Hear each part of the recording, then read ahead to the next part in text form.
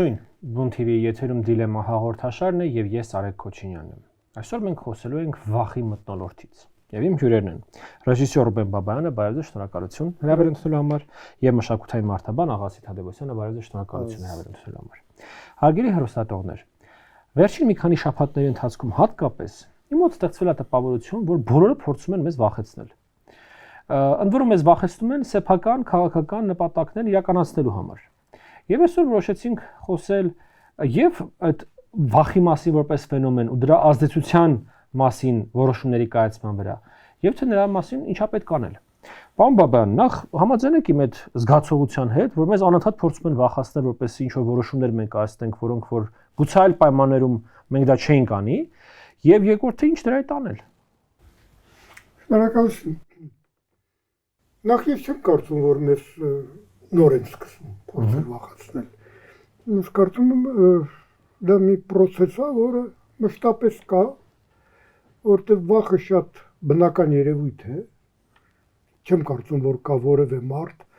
որ այդ զգացողությունը չունի, խնդիրը վախը հաղթահարել մեջ է։ Իսկ ինչու են մեզ փորձում վախեցնել, որտեղ վախենում ենք։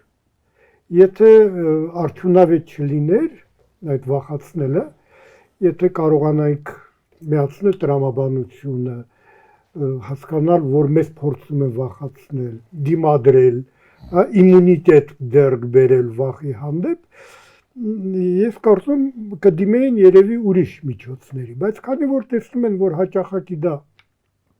հասնում է իր նպատակի, մեզ փորձում են վախեցնել։ Սա է խնդիրը, միակ ձևը հիվանդության դիմադրելու իմունիտետն է։ Կարծում եմ այստեղ էլ է պետք առաջնորդվել իմունիտետով։ Մնում է պարզապես հասկանալ, թե որն է այդ իմունիտետը։ Հիմա դրանք գանք, պարոն Թադևոսյան, նույն հարցը։ Նայեք, ես ուզեի ուշադրություն դարձնել երկու հանգամանքի վրա։ Այդ վախի մասին խոսակցությունները իրենք առանձին չեն հանդես գալիս։ Այսինքն կա երկու տեսակի այսպես զուգահեռ ընթացող երևույթ, մեկը բռնության նորմալիզացիան է, մյուսը վախի տարածումը, սպառնալիքների հնչեցումը։ Հիմա բռնության նորմալիզացումը ինքը ուղեկցում է վախին եւ հատկապես այս վերջի այս բաներից մեկը դրսևորումից այն դիմակավոր անձանց կողմից սպանության կոչեր հնչեցնելը իրենք տեսեք իրենք մի կողմից վախ են հնչեցնում առաջացնում մյուս կողմից իրենք ըստ էության շարունակում են դեռևս այդ սրբազան շարժման այդ ձայնագրություններից հանրությանը հայտնի դարձած այդ սպառնալիքների շարքն է, այսինքն ստեղծել մթնոլորտ, որտեղ որ սպանությունը, բռնությունը հանուն ինչ որ նպատակների կարող է արդարացվել։ Որն է հանուն այդ նպատակը։ Հանուն այդ նպատակը այն է, որ որոշ մարդիկ իրենց հայտարարում են հայրենասեր, եւ այդ իրենց հայրենասեր հայտարարողները մյուսներին հայտարարում են որպես ոչ հայրենասեր եւ իրենք ինչպես են նորմալիզացնում այդ հայրենասերը իրավունք ունի սպանելու, ոչնչացնելու, ոչ բնաջնջելու, գլխատելու, չգիտես, ոչ հայրենասերին, հա։ Սա մի գիծ է, երկրորդ գիծը, իհարկե այս գիծը կարիք ունի,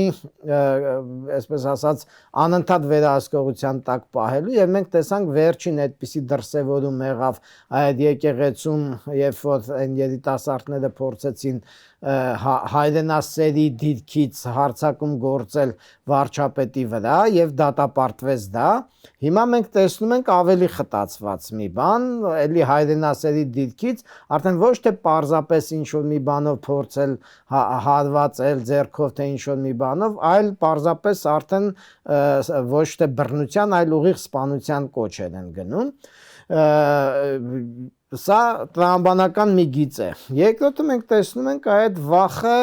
արդեն օտար երկրի կողմից Հայաստանի վրա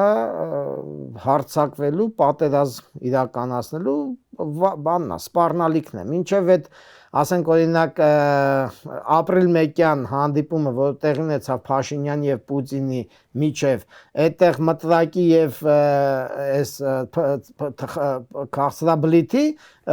տակտիկան է, մի կողմից ասում են մենք դարավոր 100-ամյա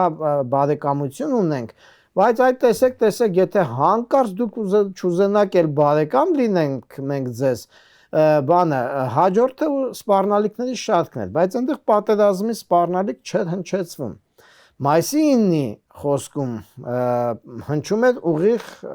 իհարկե ուկրաինական պատերազմի հիշատակման միջոցով, բայց դա ուղիղ ակնարկ էր արդեն պատերազմի։ Այսինքն սրանք բաներ են, որոնք որ բնականորեն պետք է մարդկանց մեջ առաջացնեն վախեր եւ ես կարծում եմ որ աննորմալ կլիներ, որ մարդիկ չվախենային։ Հիմա ես համաձայն եմ պարոն Բաբայանի հետ, որ այո, վախերը կան, մենք պետք է մտածենք այդ վախերը հաղթահարելու մասին։ Վախերի հաղթահարման, այսպես ասած, բանը չեզոքացման գործը երևի թե պետք է իրականացնի մյուս բևեռը քաղաքական ուժերը, որտեղ մենք տեսնում ենք, որ այս վախերը հիմնական մի բևեռի կողմից են, այսինքն ընդդիմադիր այս ուժերի կողմից, որոնք որ ուղղակիորեն կապված են Ռուսաստանի հետ եւ դա ոչ հերքում է Ռուսաստանի պրեզիդենտը, ոչ էլ հերքում են իրենք, ընդհակառակը հաստատում է եւ ասում է, եթե իրեն չընտրեցիք, մենք ձեզ սկզբից ասում է տնտեսական տարբեր տեսակի այսպես սպառնալիքներ գազից կզրկենք, թե ինչից կզրկենք, sense բաներ լարսը կփակենք, ինչ որ նման բաներ են կարծեք թե սպառնալիքներ է, հա։ Հիմա ասում բանը, նաև ասում է, որ եթե չընտրեք մեր ուզած ուժերին, ըստ էության էդ է ասում, եթե sense մնացած բաները հանենք, հա, այդ փուչիկներն ու փրփուրները մաքրենք, տակը մնում է մաքուր տեքստը է դա, հա, ասենք մենք կարող է պատերազմ լինի, հա, sense էլի կարող է լինի, հա։ Եվ այստեղ մենք տեսնում ենք, որ ինչ եմ ես ասում ընդդիմությունը, որովհետև դրան անմիջապես հաջորդեց այդ ելույթին մայիսի 9-ի, ընդդիմադիր բոլոր, այսպես ասած, այդ երեք ուժերի հատկապես առաջնորդների խոսքը, որոնք ուղղակիորեն խոսեցին եվրոպական քաղաքական համայնքի գագաթաժողովի Հայաստանում տեղի ունենալը դիտեցին որպես սպառնալիք, որով որ մենք հրահրում ենք, այսպես ասած, Ռուսաստանին հարձակվել մեր վրա։ Մեկը այդ դիմադրներից Միքայել առաջինը ասեց, այս միջոցառմամբ 300,000 ադրբեջանցի է Հայաստան գալիս։ Հա, այդ 300,000 առանձին պատմություն, հա։ Դա կարելի է հումորի վերածել 300,000 աշխատատեղ, 300,000 ասենք ադրբեջանցի Հայաստան գալը շարունակությունը կարող է լինել, ասենք օրինակ, չգիտեմ, 300,000 կակաչ բաժանել է ժողովրդին, 300,000 հատ ելակ որպես այսպես ասած բերանը քաղցրացնելու միջոց բաժանել իրենց ընտրողներին, այդ 300,000-ը կարող են անդադ կրկնել։ Այսինքն այնքան ստեղծագործականություն չունեն մարդիկ, որ 300,000-ի տեղ ասենք օրինակ ասեն 250,000 օրինակ մի թիվ, հա։ Մի թիվի վրա է ֆիքսացիա։ Այսինքն ուզում ասել, որ մենք տեսնում ենք այս դեպքում եւ արտաքին ուժի, այսպես ասած, Ռուսաստանի հիմնականում, Ռուսաստանն էլ դա Ռուսաստանի նախագահի մակարդակով արդեն հնչեցվող սպառնալիքներ, պլյուս իր աշխատակազմի ղեկավարի տեղակալն է, չէ՞, կարծեմ Կիրիենկոն, ով ստեղծել է այդ կենտրոնը, որը որ նաեւ նախորդ օրը բացահայտվեց այդ փաստաթղթերը, որտեղ որ նաև բավականին այդպես ասած այդ հիբրիդային պատերազմի էլեմենտներ կային։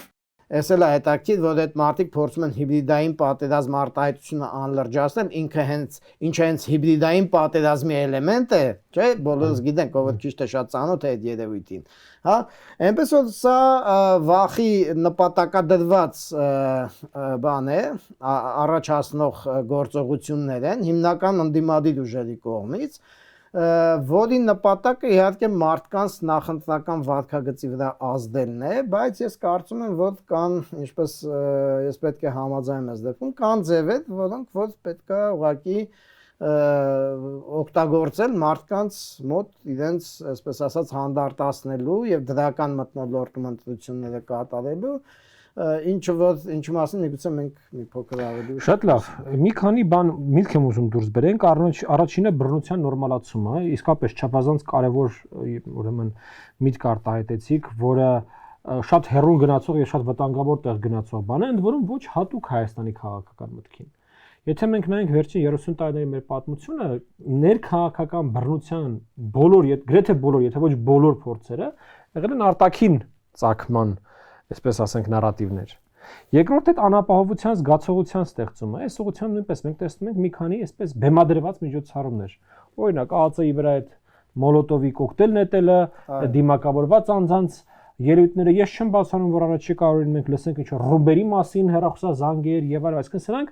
այս մինչև այս ինչ-որ նկարագրեցինք, սրանք դասական, այսպես դասագրքային օրինակներ են նրա, թե ինչպես են հիբրիդային հարվածները հասցվում եւ ինչպես է փորձարկվում ստեղծել ուրեմն այդ անապահովության զգացումը։ Բայց մեր դեպքում կա նաեւ մեկ այլ հավելյալ, այսպես ասենք, տեղական առանձնահատկություն, դա թուրքերից վախն է։ Եվ ես կարծում եմ իթիվս այն մնացած բոլոր դասագրքային օրինակների ուրեմն հասարակությունների վրա վախ քարոզելու, վախ ներազդելու, մեզանում կա եւս մեկ այդ հավելյալ շերտը, ոնց որ ասացի, թուրքերի գալու։ Հիմա այդ թուրքերի գալը շատ տարբեր ձևով է արտադրվում։ Մի մաս ասում է 300,000 ադրբեջանցիներն են գալու, մյուս մաս ասում է հենց հայ-թուրքական սահմանը բացվի, թուրքերը գալու են ստեղծվեն, սա բնակարանները առնեն, անշարժ գույքը առնեն, չգիտեմ, մեր շուկաները գրավեն, ամբողջ Հայաստանն է սարքեն Բաթումի նման ուրեմն քաղաք։ Սա ես կարծում եմ մի բան է, որին մենք նույնպես պետք է շատ լուրջ վերաբերվենք, որովհետև ինչքան էլ կողքից ինքը անեկդոտային է հնչում, բայց արի ուտես, որ մարդկանց վրա դա ունենում է իր ազդեցությունը, ընդ որում այնտեղ կա օբյեկտիվ մասը, որովհետև շատ քիչ ուրիշ դեպք կա ցեղասպանության, ընդհանրապես մարդկության պատմության մեջ այդ մակարդակի ոճրագործությունը, այդ մակարդակի ատելությունը, այդ մակարդակի արուն շատ քիչ ա եղել, ու դա օբյեկտիվ, ոնց որ ասած բաղադրիչն է այդ վախը։ Այդ պատմության մեջ ուղղակի կա մի հատ չարամտություն, երբ որ քո վրա առաջինը փորձում են քո վիշտը ծախեն, եւ երկրորդը երբ որ փորձում են անպայմանորեն կապել անցյալը ապագայից, որ եթե դա եղել է անցյալում, դա պարտադիր տեղի ունենալու նաեւ ապագայում։ Երրորդ ուրեմն վաղադրիչը անտեր մնալու վախն է, որ այ ռուսն է մեր տերը, այ եթե ռուսը մեզնից հրաժարվի, մեզ կուտեն, ընդ որում կարևոր չի թե մեզ ուտողով ալնելու, թուրքները, ադրբեջանցիները, չգիտեմ, Իրանը, կապ չունի, ինչո մեկը մեզ կուտի, եթե մենք մնանք անտեր։ Այդ անտեր մնալու վախը երևի թե այն ուրեմն ստեղծարար միջավայրն է, որից պետք է ծնվի պետական մտածողությունը, որովհետև անտեր մնում է հասարակությունը, պետությունը անտեր, ընդ որում ոչ թե կներեք հասարակությունը, համայնքը, կայսրության մեջ կայսրությանը ծառայող համայնքը, ոչ պետությունը։ Եվ երևի թե հենց այդ վախի մեջ է, որ պետքա ծնվի այ պետական գիտակցությունը, պետական մտածողությունը, պարոն Բաբայան։ Շատ ծավալային մոտեցում ունեք, բայց կարծում եմ ճիշտ եք կապում մեկը մյուսի հետ։ Նախ կարծում եմ նրանք, ովքեր փորձում են վախեցնել հասարակությունը, նրանք հույս չունեն հաղթելու ընտրություններին։ Ասեմ ինչու, որովհետև վախեցած հասարակության հետ հնարավոր չի երկիր կառուցել։ Վախեցած մարդու հետ ընդհանրապես հնարավոր չի որևէ բան կառուցել։ Միայն կարելի է ղեկավարել, բայց ղեկավարելու տեսակետից էլ այն գործը, որը կկատարի վախեցած մարդը, անորակ է լինելու։ Որտեվ գործը որակով է դառնում, երբ որ կա շահ, կա զգացողություն, որ դու տեր ես քո գործը եւ այլն, եւ դու վախեցած ես դա, դու ուրեմն արդյունքի չես հասնի։ Սա մեկ։ Երկրորդը տեր մանգալու հանգամանք, հա։ Այսօր այստեղ եկա նոր իմ ուսանողների աշխատանքներն էին նայում եւ ուսանողներից մեկը բեմադրում էր մի հատված Սասունցի Դավթից Հովհաննես Թումանյանի։ Ընդհանրապես էպոսը մեր, այնտեղ էլ կա այդ երկընտրանքը։ Մսրամելի կարի մեր ժողովրդին տեր կանգնի, մենք մեղք ենք, մեզ տեր պետք չի, մենք ինքներս ենք։ Այս երկընտրանքը միշտ եղել է։ Նայեք, նույնիսկ մեր կենցաղային բառապաշարում շատ տարածված այդ խոսույթը, հա, բայց ժողովուրդը մեղք չի, բա մեկը չկա, որ գա այս ժողովրդին տեր կանգնի։ Նայեք, սա առանց կոնկրետ հասցեագրելու, բայց այս խոսքը մտածողության արդյունքն է։ Էլ չեմ ասում, որ եթե օրինակներ բերեցին գրականության, բերեմ նաև մեր հանճարեղ Հովհաննես Թումանյանի երկու ստեղծագործություն։ Մեկը չարի վերջ մեր վախերի մասին է։ Հովհաննես Թումանյանի ընդհանրապես բոլոր հեքիաթները ունեն շատ, ասենք ասեմ, շատ բազմաթիվ շերտեր եւ նրանք բացարձակապես մանկական հեքիաթներ չեն։ Նրանք արտացոլվում են իր հոդվածների մեջ։ Չարի վերջը, վախ, կացինը կդամ, կկտրեմ, այս սարն իմն է, այս բանի ձակերին պատրաստ ենք տալ։ Ընդ որում մենք, եթե մենք փորձենք իրականում նայել մեր պատմությունը, մենք այդ վախի պատճառով իսկապես ձակերին ենք տվել մեր բազմաթիվ։ Քաչնազարը շատ հետաքրքիր մեկնաբանություն է Թումանյանի մոտ։ Խնդիրը նրա մեջ չի, որ Քաչնազարն է վախկոտ։ Խնդիրը նրա մեջ է, որ բոլորը ովքեր այդ ճանապարհն են բացում իր համար, նրանք էլ են վախկոտ։ Վախկոտ է այն, ուրեմն բանը ճամփորդը, որի ձին թողնում է, վախենում է, փախչում է, վախկոտ են հարսանիքի մասնակիցները, վախկոտ են հսկաները, վախկոտ են թշնամի, ուրեմն երկրի թագավորու զորքերը։ Այս Քաչնազարը դառնում է աշխարհի տիրակալ միայն բախտի պատճառով, որտեղ շուրջ բոլորը վախկոտ են։ Սա հրաշալի ցուցադրում է, որ այս վախի պատճառով ինչ արդյունքների մենք կարող ենք հասնել։ Ոնց կարելի է հաղթահարել այս վախը։ Մենք խոսեցինք սրա մասին, հա։ Ես կարծում եմ ստապ մտածելով, այս որ հայտնվում է, հա, Ագրավը եւ ասում է Կկու ջան, չկա, կացին չունի։ Արի մի հատ եկեք ճիշտ ասենք իրար։ Կամ նույնիսկ եթե կացին ունի, ինչպես մենք ասում ենք, հա, արդյոք նա այս կացին ուզում է քո գլխին ջարդի, եւ եթե ուզում է ջարդի, ապա նա այդքան հնարավորություններ է ունեցել ջարդել, ինչու չի ջարդել։ Գուցե մի հատ մտածենք սրա մասին, եւ կարծում եմ իհարկե կա հատուկ այս վախի մեջ պահելու լավ ավանդույթ։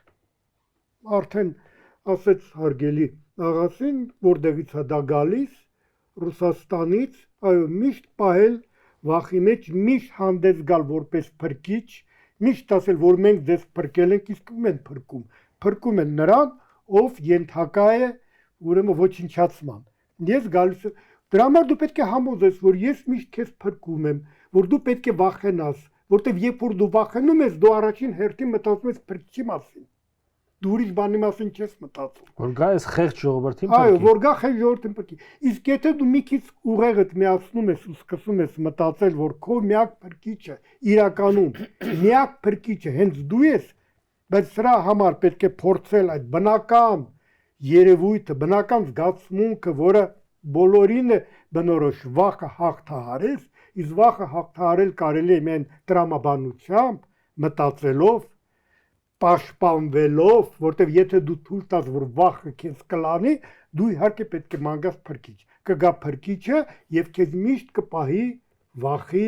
ճիրաններում, որտեվ միայն այդպես կարելի է քեզ ղեկավարել։ Այստեղ ողջ երկու բան եմ ուզում հարցնել, հետո ձեզ փոխանցեմ խոսքը պարոն Թադևոսյան։ Առաջինը, ես կարծում եմ, ինչ որ պարոն Բաբայանը Գեղարվեստոյին նկարագրում է, մեր կյանքում մենք տեսել ենք առնվազն 20, 21, 22, 23 թվականներին, երբ որ մենք որոշեցինք, որ չենք անելու այն ինչ որ մեզնից ուզում էր մեր դահիճը, մնացինք բախտի կմահաճույքին եւ այնպես չի որ խորտակվեցինք կամ մեր ազնիվ ցեղը կորչեց զուր տեղը։ Կարողացանք մեր եւ ելքը գտնել, եւ հնարը գտնել, եւ լուծումը գտնել։ Սա մեկ։ Եվ երկրորդը, գիտեք, բարեկամներ, մի էսպիսի նաև շատ չափով գրոտեսկային միտք ասեմ, էլի, այդ պարկելը եւ հանձնվելը կա ու կա։ Ոնց որ, գիտեք, այդ հանձնվելը կա, դա ամենավերջին, ոնց որ ասած, տարբերակն ամենավերջին, ինչ են մարդկանց մեջ մի խումբ կա, որ ուզում է դրանից սկսի։ Այս սկզբից մի հատ հանձնվենք, հետո նոր մնացածը տեսնենք ինչ է լինում։ Մենք միշտ վախը փորձում ենք նկարագրել որպես ֆիզիկական ոչնչացում։ Բայց վերջերս մեզ փորձում են վախեցնել տնտեսական, չէ՞։ Այո։ Հանգամանքներով։ Հիմնականում այդ ԵԱՏՄ-ի հազար անգամ կներեք, ընդ որում այս մետամորֆոզը նաև ինչ որ չափով արդյունքն է մեր աշխատանքի, որովհետև մենք կարողացանք հասնել Ադրբեջանի Թուրքիայի հետ ինչ որ հարաբերությունների մակարդակի, որ այդ ֆիզիկական ոչնչացման վախը այլևս չաշխատեց ռուսների ձեռքին։ Դրա համար մենք սկսել ենք մեզ վախեցնել տնտեսականով։ Եվ ինչ են ասում, ԵԱՏՄ-ից դուրս գալը դա Հայաստանի կործանում է։ Եվ մի անգամից վախեցած սկսում ենք բանը, գազ այսքան կթանկանա, այս նախկին սովետական բազմաթիվ հանրապետություններ, որոնք շատ ավելի քիչ զարգացած տնտեսություն ունեին, չեն մտնում ԵԱՏՄ-ի մեջ եւ չեն կործանվում։ Ուզբեկստան, հա, Տաջիկստան, Թուրքմենստան, այս մենք այսքան խեղճ ու կրակ ենք, որ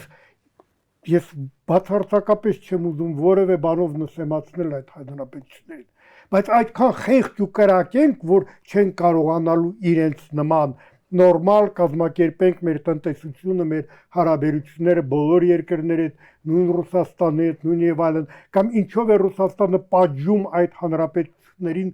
որոնք չեն մտնում ոչ հապկի մեջ, ոչ այդ ԵԱՏՄ-ի մեջ, երեմ ասում, ուղեղ միացնելու կարիք ունենք։ Իդեպ ասեմ ձեզ շատ հետաքրքիր մի բան կա այդ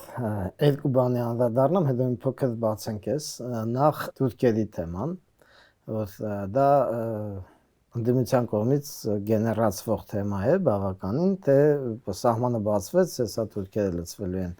Հայաստան, չգիտեմ էլի 300,000 բառատեղ օգտագործում են թե չէ, բայց հուսով եմ շուտով կօգտագործեն, բայց այստեղ շատ պարզ մի հատ հարց կա։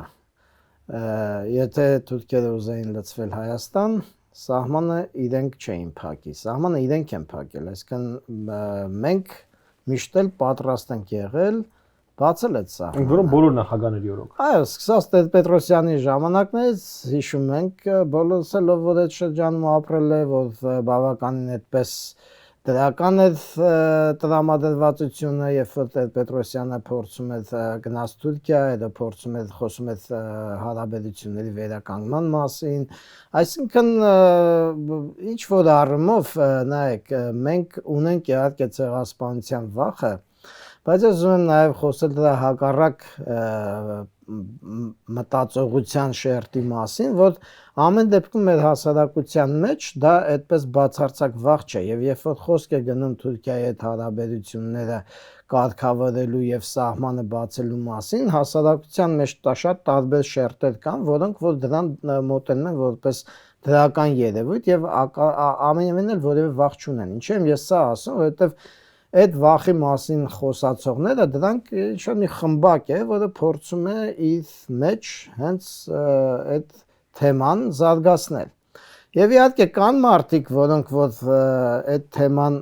որսում են, բայց այնպես չի որ հասարակության մեջ այդպես շատ ուժեղ ազդեցություն ունի այդ թեման։ Եկեք այդ խնդիրը դրա վրա ուշադրություն դարձնենք։ Երկրորդ հարցը Ռուսաստանի այս կողմից սպառնալիքներն են, որը վերջին իրենց նախագահի վերջին այդ մայիսինյան խոսքում մոտեցավ ընդհանրապես պատերազմի սպառնալիքի։ Բայց հիմա այստեղ շատ հետաքրքիր մի հատ սխալ են իրենք արել, էլի, եթե իրենք Ռուսաստանը միշտ հանդես է գալիս փրկչի դերում, բայց սպանողի դերում իր տեղական սատելիտ արբանյակ ուժերի միջոցով միշտ զարգացնում է Թուրքիայի կերպարը, այս դեպքում Ռուսաստանի նախագահը ճակատագրական սխալ արեց։ Սպանողի կերպարը էլի վեստեց իր վրա։ Այսինքն դարձավ մի բան, որ համ սպանողն եմ ես, համ փրկողը։ Հիմա կուզեմ կսպանեմ ձեզ, եթե խելոք չպայեք, եթե մի քիչ խելոք պայեք, չեմ սպանի, դրանով արդեն իսկ ես կդառնամ փրկիչ։ Հիմա այս կերծ խոսույթը հասարակությունը որսացել է, ասեմ ձեզ, որսացել է վաղուց 20 թվականի պատերազմից 44 օրյայից հետո, երբ որ Ռուսաստանի տարբեր, այսպես ասած, մասշտաբի սկսած պաշտպանության այն ժամանակվա նախագահ Շոյգուից վերջացած արտգործնախարարով եւ տարբեր կարգի ամենաբարձր իսկ պաշտոնյաներով տարբեր հանդիպումներում թուրքական այսպես ասած պետություններ ներկայացնող ղեկավարների հետ խոսում էին անդադ Ղարաբաղյան պատերազմում ռուս-թուրք ադրբեջանական փայլուն, այսպես ասած, օպերացիայի մասին, որի արդյունքում Ղարաբաղը հանձնվեց Ադրբեջանին, հա։ Այսինքն այս իրադարձությունները մարդկանց սթափեցնել են եւ այսօր երբ որ ես անձամբ շատ առիթ եմ ունենում դաշտային հետազոտական աշխատանքների ընթացքում առնչվել մարդկանց հետ, ես տեսնում եմ, որ մարդիկ այլևս Ռուսաստանին բնականաբար ոչ ընդունում են այդքան սարսափելի սպանողի կերպարում, ոչ էլ այդքան սարսափելի փրկչի կերպարում։ Եվ սա բերում է նրան, որ որոշ մարդկանց մոտ ուղղակի այս ամեն ինչը շատ ավելի համարժեքորեն ընկալվում է, այսինքն պահի մեջ Ռուսաստանը ինչ որ փորձում է մեզ վախեցնել, այսինքն սա ոչ թե որպես վախ է ընկալվում, այլ վախեցնելու փորձ, որը որ մարդիկ գնահատում են հենց այնպիսին, ինչպիսին որ կա, եւ շատերը հասկանում են, որ սա ընդհանրապես նախընտրական շրջանում նախընտրական տրամադրությունների վրա ազդելուն ուղղված ինչ որ մի գործիքակազմի մի բաղադրիչ է, որին իրականացմանը լծվել է նույնիսկ այդ երկրի նախագահը, ուրեմն ինչքան իրենք էլ ուրիշ գործիքակազմ չունեն, էլ ինչքան իրենք, այսպես ասած, բան են արել, արժե զրկել ու սպառել են իրենց, որ երկրի նախագահն է փորձում մեր ընտրողի կամքի վրա ինչ որ խոսքով ազդել։ Սա շատ փոքրացնում է նաև այդ վախի աղբյուր կոչվածը։ Այնպես որ ես կարծում եմ, որ իրականում իհարկե փորձում են շատերը այդպես եւ վախի եւ բռնության նորմալիզացման մթնոլորտ ստեղծել, բայց ես նաև տեսնում եմ, որ շատ շրջանակներում մեր հասարակության ձևավորվել է նաև երևույթները համարժեքորեն գնահատելու պարոն Բաբայան նշած այդ սթափության այս մաղը, հա, որ այդ վախը չի անցնում այդ մաղի միջով, կամ սկզբից այսպես մի թեթև կպնում է դրան, ինչ որ շատ կարճ 1-2 օր հասարակության մեջ այդ խոսակցությունները պատտվում են, բայց շատ արագ այդ խոսակցությունները ընկնում են իրենց տեղը, այսպես ասած, հա, եւ արդյունքում ստացվում է այնպես, որ այդ խոսակցությունը ընկնում է իր փոքրիկ թավայի մեջ, ընդդիմության թավայի մեջ, ու սկսում է այնտեղ էլ տապակվել, ու հասարակությանը էլ առանձնապես չհասնել էլ, հա, այդ թավայի մեջ ինքը սենց երում է, իր գործիչները դուրս են գալիս, ինչ-որ սենց կարևոր դեմքով, մեկը բերանը ծռելով, մյուսը ինչ-որ կմկմալով, որտև խոսալ չգիտի, մյուսը անդադ նույն բառը կրկնելով, որտև այդ 3 բառն են իրար լեզու սովորացնողները իրեն սովորեցրել, հա, այդ ամեն ինչը դառնում է ինչ-որ մի պահի, այդ խոսույթը տարածելու փորձից հետո, ինչ-որ մի պահի ինքը կոմիզմի է վերածում իդեպ, ասեմ որոշ դեպքերում, ու մարդիկ սկսում են դրան ձեռ առնելու, ասեմ, մեմեր սարքելով, ձեռք առնելու այս process-ն է գնում։ Ես չեմ ուզում նաև ասել, որ պետք է այդքան լուրջ չընդունենք նման բաները, բայց նաև ինչի եմ ես սա շեշտում, որ հասարակության մեջ շատ տարբեր վերաբերմունք կա, տարբեր շերտերի մեջ, որ նաև շատ այդպես առանձնապես նաև սրտներիս մոտ վախի տեսանկյունից չընդունենք, որովհետև մեր հասարակությունը կարծեք թե այնպես բաների մեջով է անցել, որ իր վախը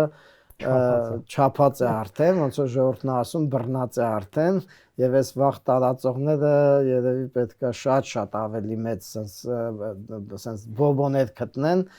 համատիեզերական, ոչ թե այսպես ռեգիոնալ կամ նախկին sense գաղութատիրոջ դեմքով փորձեն այդ ամենը անել, որովհետեւ մեր ժողովրդին այսքան բանից հետո իրոք կարողանան վախեցնել։ Ընդ որում, պարոն Թադևոսյան, այս ամեն ինչ որ դուք ասում եք, դա ըստ էության ոչ թե ինչ որ տեսակետի հարց է, ոչ թե ճաշակի հարց է, այլ դա այլևս նույնիսկ փաստագրված տեղեկություններ են, էլի, այն տեղեկությունը, որը շաբաթվա ընթացքում հրապարակեց Իրազեկ քաղաքացիների միավորումը, ինքը կարելի ասել այս այն ամեն ինչի շուրջ մենք հիմա ստեղ խոսում ենք, դա փաստագրված ինդուստրիայի մակարդակի հասցված գործողություններ են, գործողությունների ցանցեր են, որոնք ունեն մեկ նպատակ ստիպելու մեզ անել այն քաղաքական կամ սպասարկել այն քաղաքական նպատակը եւ այն քաղաքական ծրագիրը, որը որ ունի Ռուսաստանի Դաշնությունը։ Եվ գիտեք, շատ կներեք, էլ ձեզ բան անեմ, ուրեմն երբ որ իմ տղան փոքր էր, այդ լունապարկ կար, հիմա չգիտեմ կա թե չէ, այնտեղ մի հատ սարսափի սենյակ կար։ Երբ որ դու մտնում ես այդ սարսափի սենյակ ու երեխային չէր զգուշացնում, ինքը այդ կողքից ինչ որ ստվերներ էին, ինչ որ գոռացող ձայներ, բան ինքը վախենում էր։ Բայց երբ որ դու իրեն բացատրում ես, որ դա խաղ է, ինքը մտնում է ու սկսում է ծիծաղալ այդ սարսափելի երևացող կերպարների վրա եւ ուրախ մյուս ծայրից ինքը միացած միջանցք էր, մի ծայրից մտնում են, մյուս ծայրից դուրս են գալիս։ Հիմա ուզում եմ ասել, այս ամեն ինչը փորձում են մեր ընդդիմությունը եւ մեր սիրելի ողեդիմ դաշնակիցը այդ վախի սրահը սարքել, որտեղ որ մեր հասարակությունը արդեն նման այն տեղեկացված երեխային, որ այս ծայրից մտնում է, մի երկու այդ տրանսֆերացի ծաղում, մեկ իհարկե ձայնը այնքան ուժեղ անում եւ այդ կերպարը այնքան սարսափելի անում, մի պասենց վերել է թռնում, բայց հետո հասկանում որ այդ ամեն ինչը թատրոն է, այսպես ասած, նախընտրական, եւ այս ամեն ինչը ընտրություններից հետո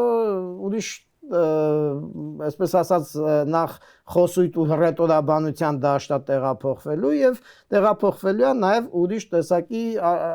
գործողություններ, շատ պետությունների միջև աշխատանքային օրակարգերի դաշտա տեղափոխվելու։ Բնական է որ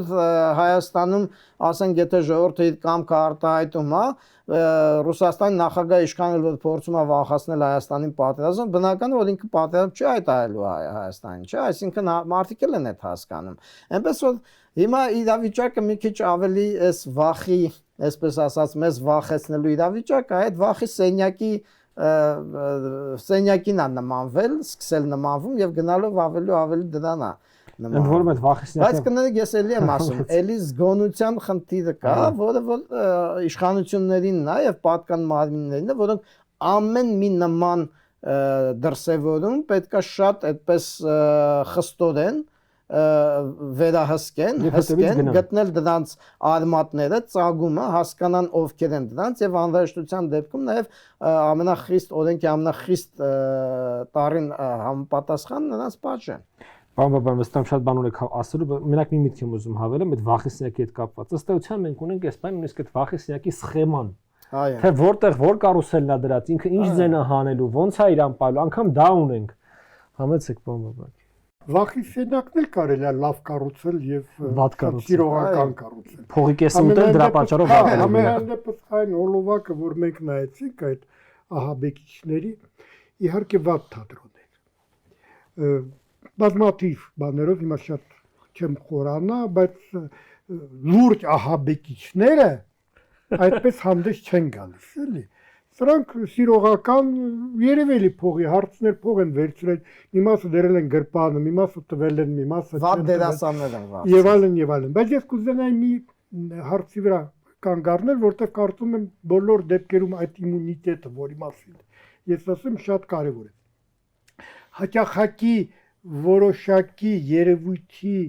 հետ պայքարելու կամ չընդունելու համար պետք է երևի թե մի ուրիշ օրինակ բերել։ Հիմա իմ համար օրինակ կա այդ տեսակ օրինակ։ Դա սիրո բացատրություններն են, որոնք հնչում են շատ պարզունակ։ Մենք սիրում ենք հայ ժողովրդին։ Մենք ծիծաղում ենք, չէ՞ նման խոսքերի վրա։ Մենք հասկանում ենք, որ դա անհասկանալի երևույթ է։ Բայց եթե դու ծիծաղում ես սրա վրա, ուրեմն դու պետք է նաև նույն մակարդակով ընդունես այդ վախի տարածումը, որտեղ դա նույնքան նույն պարզունակ նույն ասենց ասեմ զգացմունքային կետին խփող մի երևույթ է։ Ես միշտ շատ վատ եմ մոտեցել այն հայտարարություններին, որոնք շատ հաճախակի են հնչել, որում տարբեր ճամբարներից, որ Ռուսաստանը մեզ դավաճանեց։ Դավաճանելու համար սկզբից ուրիշ process պետք է ապրես, որ նոր դավաճանել։ Ռուսաստանը մեզ չի դավաճանել։ Ռուսաստանը ապրել է այնպես, ինչպես նա ապրում է իր ամբողջ պատմության ընթացքում, պարզապես մենք մեր համար ընդունել ենք, որ նա մեր օրինական ամուսինն է կամ կինն է,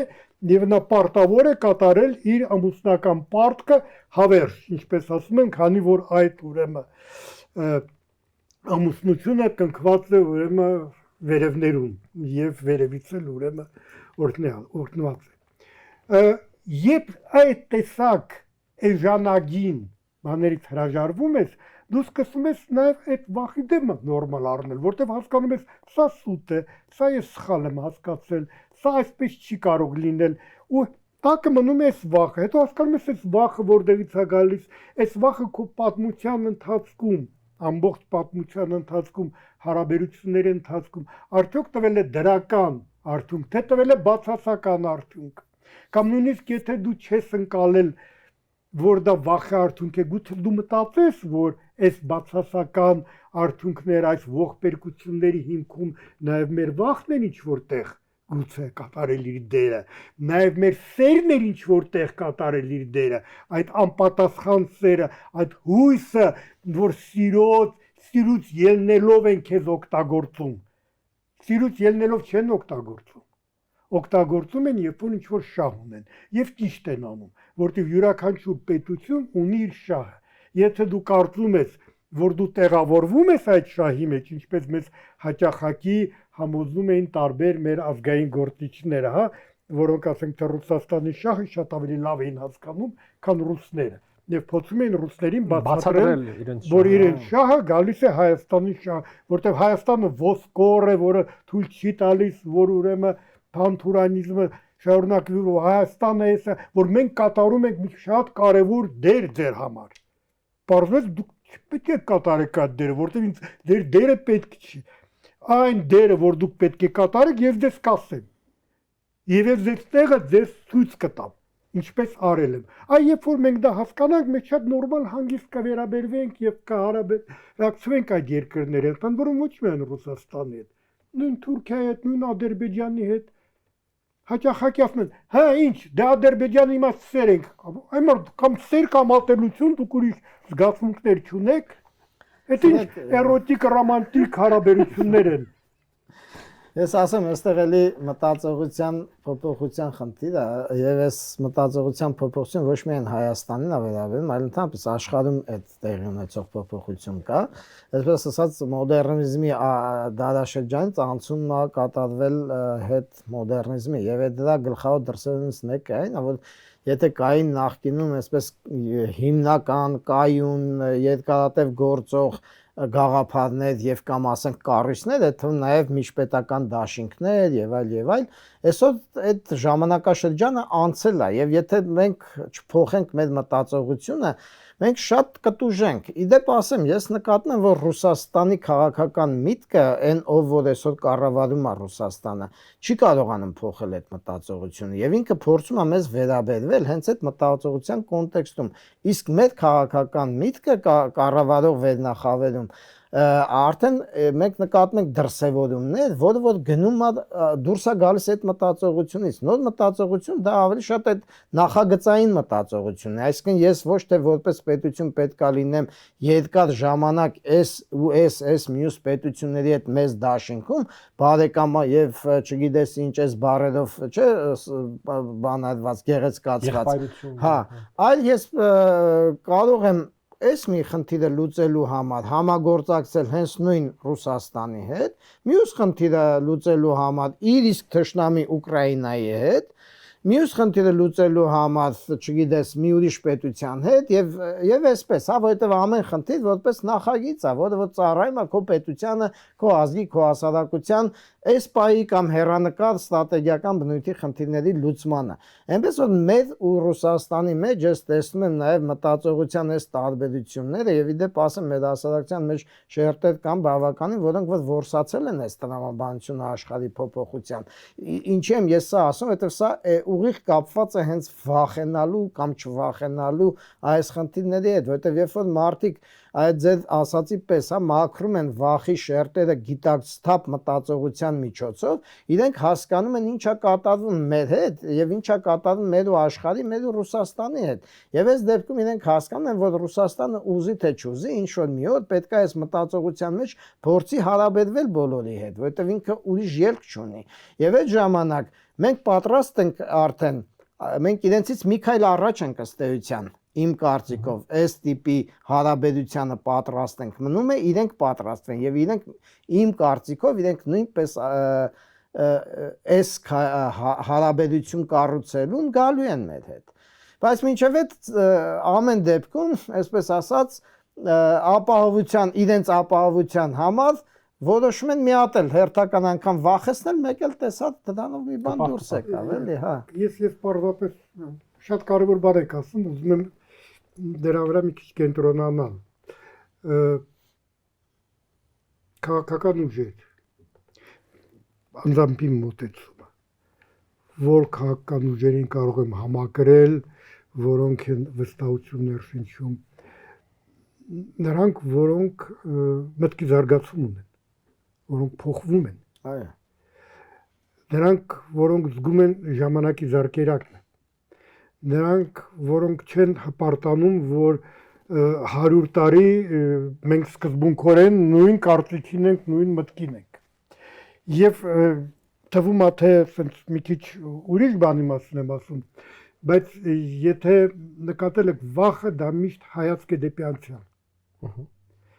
Եվ երբեք ոչ դեպի ապագա։ Դեպի ապագա, եթե նույնիսկ դու ունեցել ես քո պատմության մեջ ողբերգական, այդ կարող է լինի զգուշավորությունը, ուշադրությունը,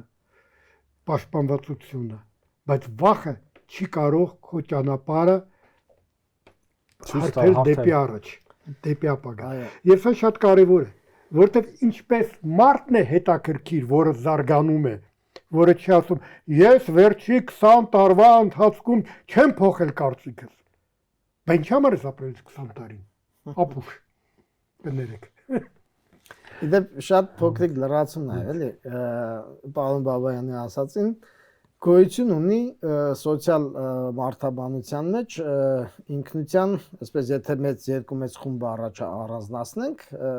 մի շատ դասակարգումներ հետ միասին, նաև հետևյալ դասակարգումը գոյատևման ինքնություն ունեցող եւ զարգացման ինքնություն ունեցող հասարակություններ։ Հիմա իմ կարծիքով մեր հասարակությունը գոյատևման ինքնությունից անցում է կատարում դեպի զարգացման ինքնություն։ Եւ այն ինչ որ այդ վախերի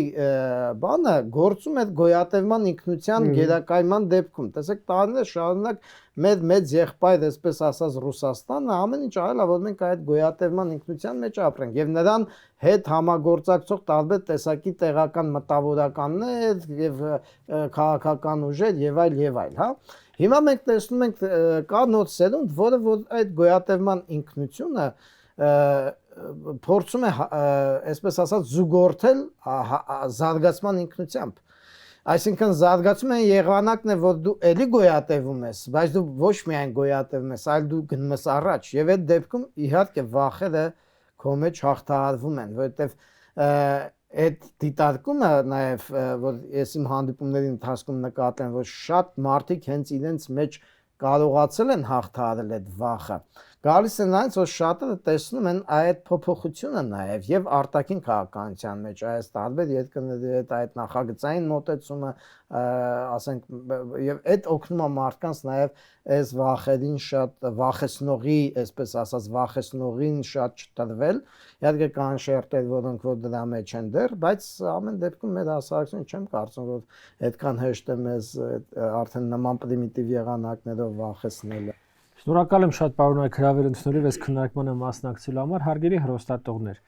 Ես կարծում ինչ որ չափով պատասխանեցինք դրված հարցադրմանը, կասեմ ավելին, եթե ձեր բարեկամների, հարևանների, ընկերների մեջ կան մարդիկ, ովքեր վախենում են, ես առաջարկում իրենց այս հաղորդումը ուրեմն ուղարկել եւ կոչանել, որպեսզի նայեն եւ աշխատեն իրենց վախի հետ։ Դա առաջինը, եւ երկրորդը, գիտեք, կուզեի հաղորդումը ամփոփեի